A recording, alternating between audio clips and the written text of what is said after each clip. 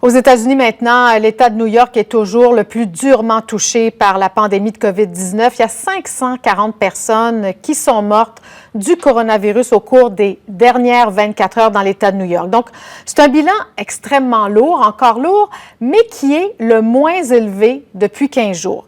Ça donne à certains une lueur d'espoir. Il y en a d'autres qui affirment que non, la bataille est loin d'être gagnée. D'ailleurs, les mesures de confinement ont été prolongées jusqu'au 15 mai là-bas. J'en parle avec Brigitte Dumas, qui est québécoise, qui vit dans la Grosse Pomme.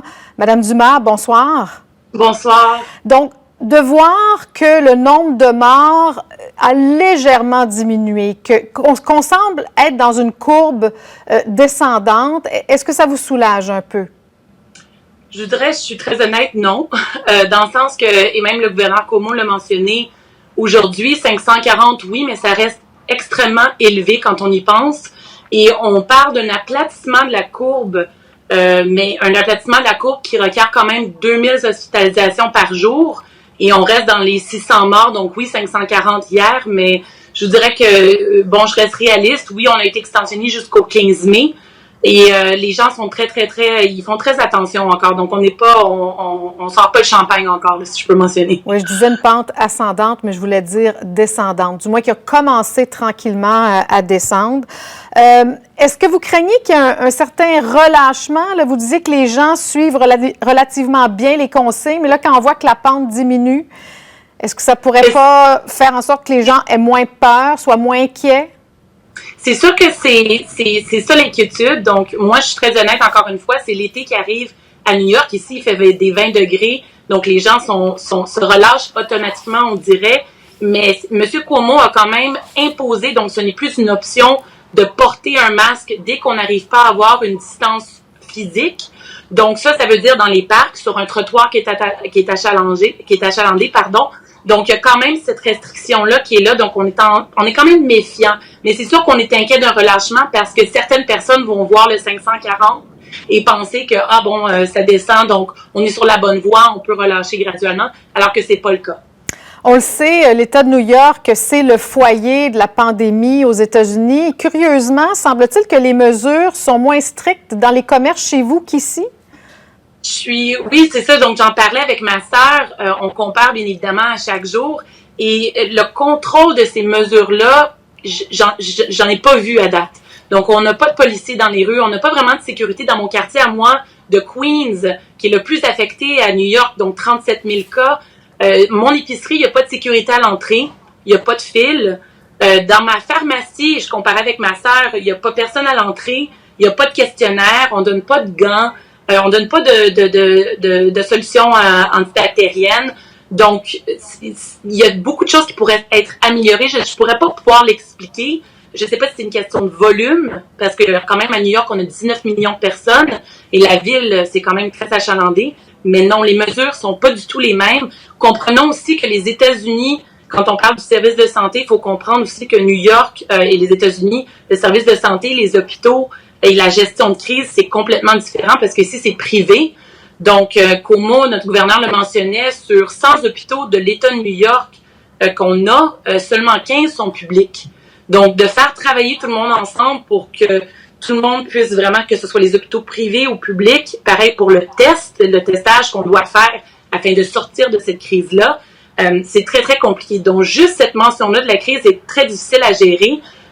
Donc, je peux imaginer juste le contrôle des pharmacies et des épiceries que c'est un peu chacun pour soi.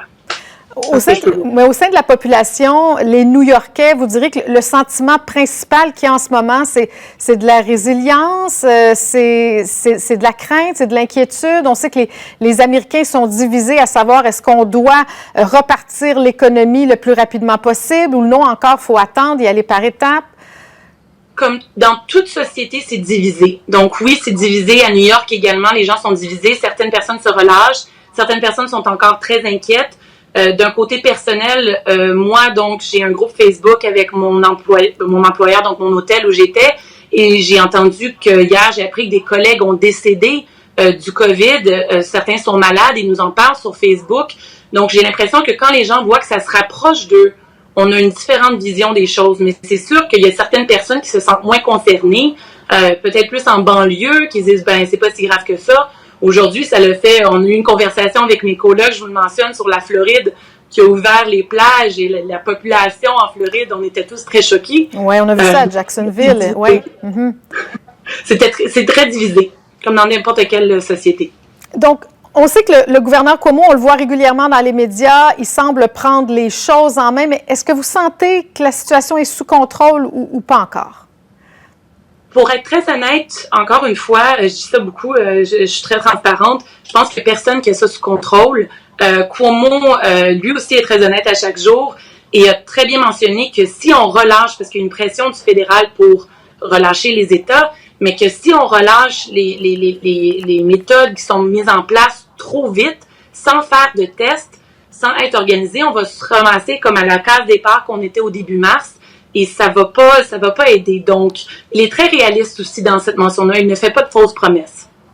On sait que New York n'en est pas à son premier drame. Hein? On se rappelle à quel point le 11 septembre avait changé New York. Les New-Yorkais, suite aux attentats, étaient beaucoup plus souriants, avaient de l'entraide. Quand on allait à New York, on a senti, les Québécois vont beaucoup à New York, on sentait qu'il y avait quelque chose qui avait changé. Et puis, avec ce qu'on vit présentement, on sait qu'il y a des choses positives, malgré que c'est extrêmement difficile, ce qu'on vit partout sur la planète, qui vont sortir de cette crise. Qu'est-ce qui va changer, selon vous, à New York? Écoutez, premièrement, je pense que les New-Yorkais sont extrêmement solidaires. Moi, dès que j'ai déménagé ici, j'ai vu ça.